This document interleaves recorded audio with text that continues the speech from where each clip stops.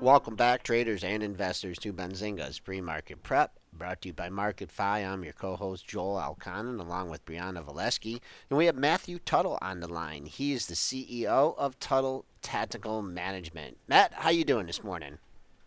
I'm doing better this morning than yesterday. All right, so I look on your site here, and you say today's market climate demands extra care. You couldn't have hit things better. What are you doing at Tuttle Wealth Management, your innovative strategies? What separates you from some of these other, managers and ETFs? Well, the big differentiator is we're 100% tactical.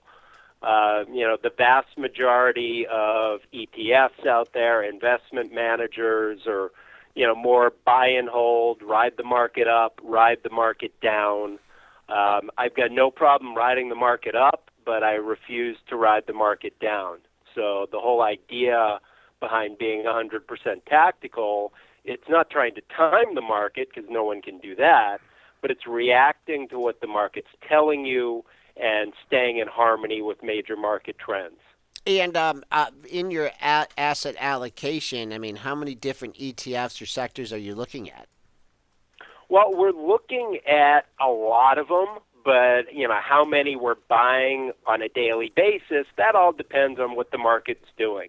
Right now we're not buying a lot because there's not a lot that's going up. So we're buying. TLT is one that we're in and out a lot lately. The long-term treasuries, and we're occasionally doing some countertrend trading on S&P 500, Nasdaq, or maybe small cap stocks, trying to buy into short-term weakness and sell into short-term strength. But beyond that, we don't see a lot on our screens we like right now. And for your tactical asset allocation, I just heard you mentioned, doing, some daily buying and whatnot. Now, some managers have different time frames. They'll wait for the end of the month. Are you running your scans on a daily basis and allocating your assets that way, or do you try and do it on a monthly basis? So some of our models run on a daily basis, some run on a weekly basis, some are biweekly, and some are monthly. And, we do that on purpose. What I find is if you're just running models on a monthly basis, markets move too fast. 10 years ago, yeah, that would have worked fine. Today, it just doesn't work that well, and it puts you in the potential to really get whipsawed, in these types of choppy markets. So we like diversifying, but it's not diversifying by assets. It's really one of the ways we diversify by kind of time frames we're looking at.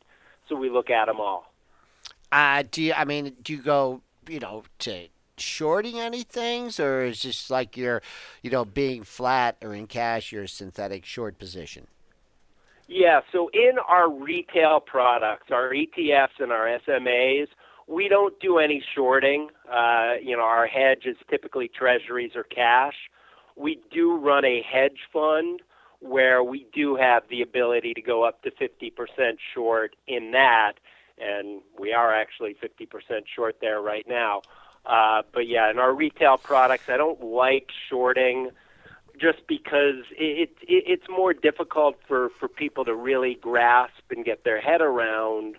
How come, let's say you decide to go short and the market goes up 2% and you're down 2%.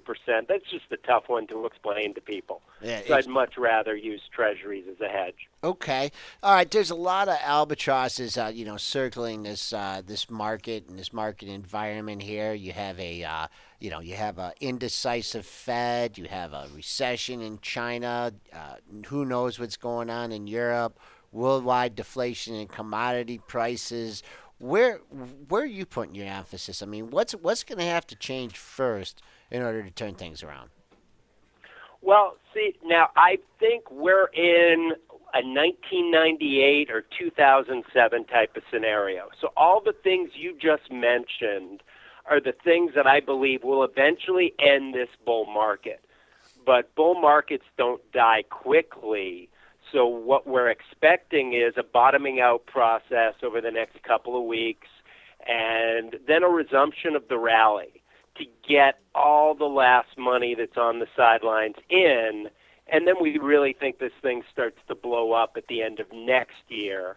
So we don't look at what's going on right now as a bear market. We think it's a correction in the bull.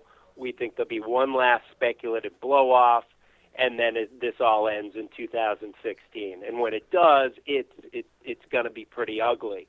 What we're looking at right now is we're looking at important support on the S&P 500. We would, for that scenario to still stay likely, I would like to see the S&P go no lower than kind of that 1820 range. Mm-hmm. If it goes below that, that might change the analysis a bit. All right, and the presidential cycle, you think that's going to perhaps give it a little boost before the final axe hits the market? Yeah, I mean, that'll give it a little boost too. I mean, whatever we need to get kind of that last, the last bastion of people who haven't gotten into this market to finally capitulate and buy in, I think that's what you really need for then this thing to end. And but what? Okay, so if you're looking for the bear market to perhaps culminate in 2016, I mean, is there a bottoming process that's going to go on after that? And just, I mean, look at the returns on the market. The market always goes up. I mean, is that going to be in the scenario in 2017, 18, 19, 2020? What take us beyond 2016? Yeah, so I think we'll have our normal bear market that takes 1 to 3 years or so to kind of go through. You'll have the normal corrections in the bear market, the head fakes, but we got to work these issues out. I mean, something is really wrong in China. We don't quite know exactly what it is yet. There's the potential for the European Union to break up.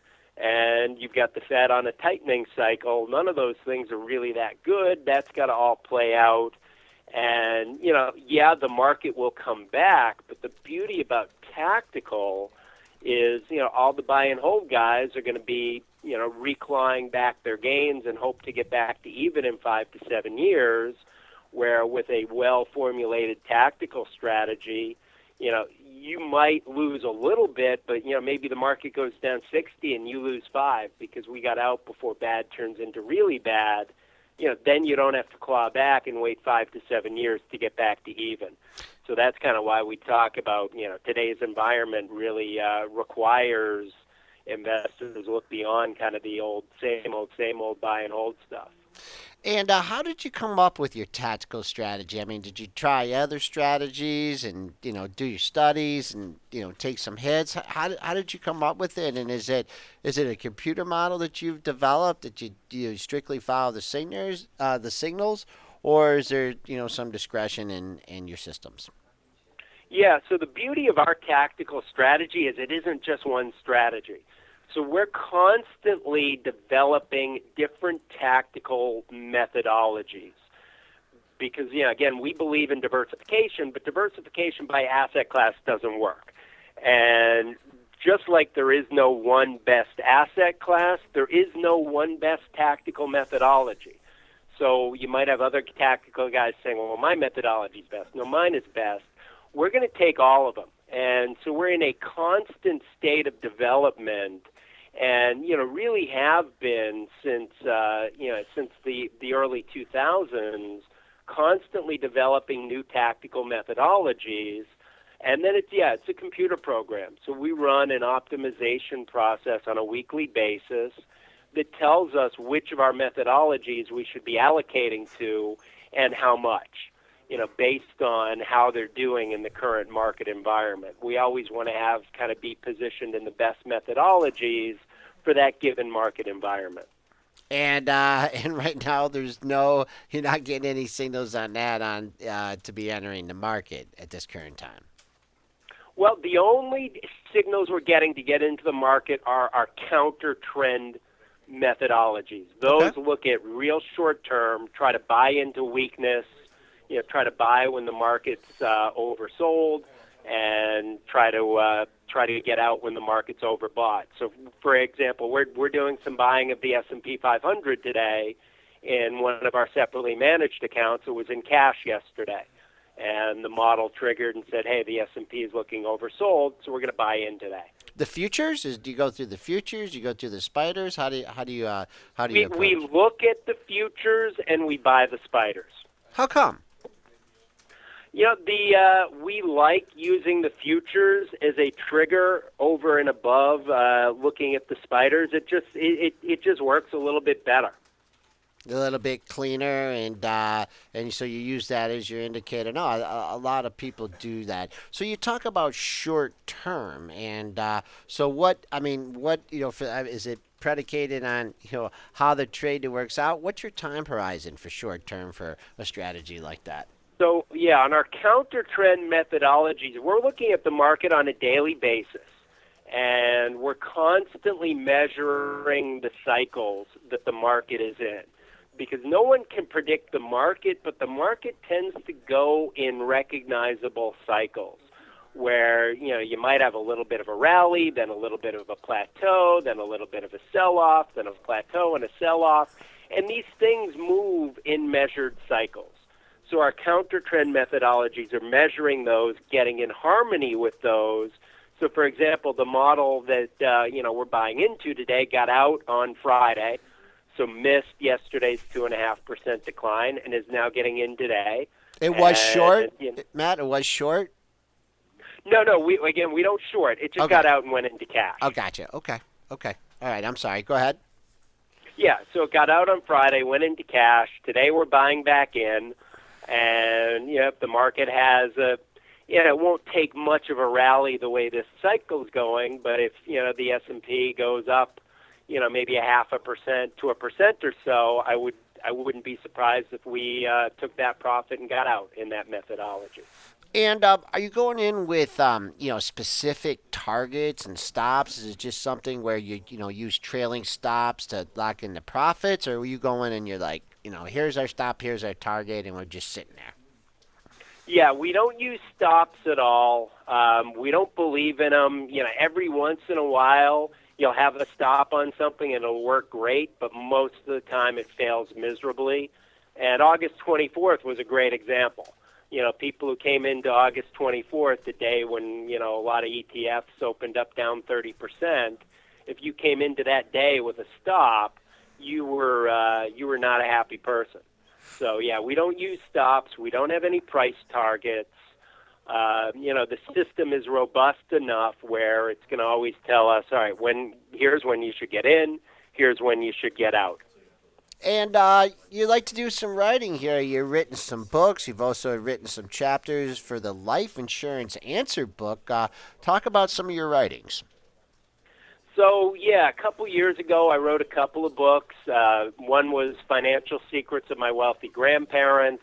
Way back when we were working with a lot of people who were retired or near retirement, and we were getting the same questions over and over again.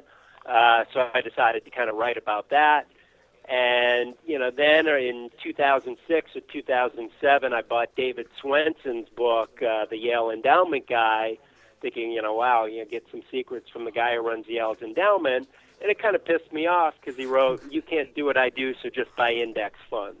I said, all right, look, I can't buy Timberland, and maybe I don't have access to some of the managers you have access to, but I can do what you do, at least that style with just, mutual funds that are off the shelf. So I decided to write about that.